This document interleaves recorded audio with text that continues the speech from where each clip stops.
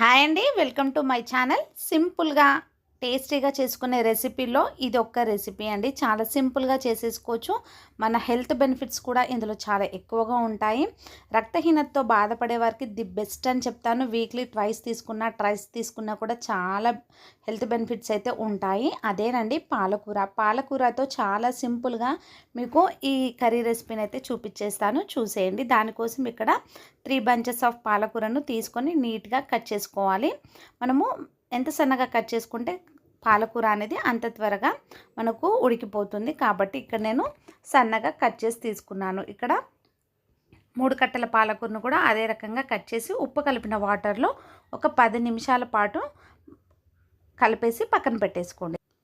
తర్వాత gas on చేసి మనము ఒక ప్యాన్ పెట్టేసుకొని అందులో కొద్దిగా ఆయిల్ని వేసుకోండి. ఒక 2 టేబుల్ స్పూన్ల వరకు. ఆయిల్ హీట్ అయిన తర్వాత పోపు దినుసులు యాడ్ చేసుకోండి. జీలకర్ర, ఆవాలు, అలాగే కొద్దిగా శనగపప్పును కూడా యాడ్ చేసుకొని వెల్లుల్లి, ఉల్లిని కూడా సన్నగా కట్ చేసుకొని వేసేసుకోండి.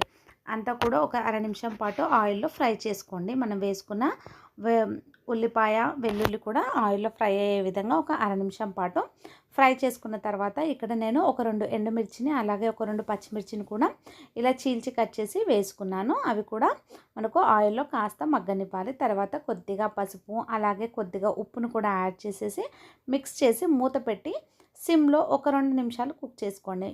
మనము వేసుకున్న ఉల్లిపాయ, వెల్లుల్లి అంతా కూడా మగ్గిపోతుంది. తర్వాత మనం సన్నగా కట్ చేసి పెట్టుకున్న పాలకూరను వాటర్ నుంచి తీసేసి జల్లీలో వేసుకుంటాం కదా, దాన్నంతా కూడా యాడ్ చేసేసుకోండి. వాటర్తో సహా వేస్తే వాటరీగా అయిపోతుంది, చాలా ఎక్కువసేపు పడుతుంది ఉడకడానికి. కాబట్టి వాటర్ అంతా తీసేసి ఇలా వేసుకున్న తర్వాత మిక్స్ చేసి మూత పెట్టేసుకోండి.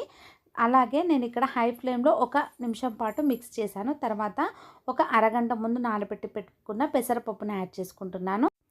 తర్వాత మనం యాడ్ చేసుకున్న పెసరపప్పు అంతా పాలకూరలో మిక్స్ అయ్యే విధంగా ఒక నిమిషం పాటు ఇలా మిక్స్ చేసేసుకోండి. ఈ టైంలోనే మనము పప్పు వేయడం వల్ల పప్పు కూడా మనకు మెత్తగా ఉడికిపోతుంది, టేస్ట్ అనేది కమ్మగా ఉంటుంది. ఇలా మూత పెట్టి ఉడికించడం వల్ల మనకు త్వరగా ఉడికిపోతుంది. ఇక్కడ మీకు వాటర్ ఎక్కువగా అనిపిస్తే మరొక నిమిషం పాటు కుక్ చేసుకుంటే సరిపోతుంది. చాలా సింపుల్గా చేసేసుకోవచ్చండి, అంతే క్విక్గా అయిపోతుంది.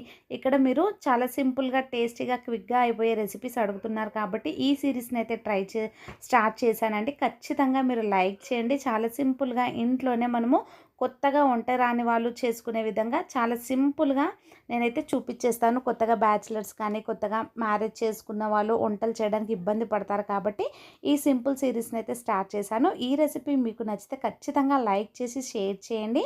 అలాగే మనము ఈ పాలకూర ట్రైస్ కానీ వీక్లీ తీసుకుంటే చాలా హెల్ప్ అవుతుంది. ఖచ్చితంగా ట్రై చేయండి, షేర్ చేయండి. Thank you for watching. మరొక మంచి రెసిపీతో మళ్ళీ కలుద్దాం.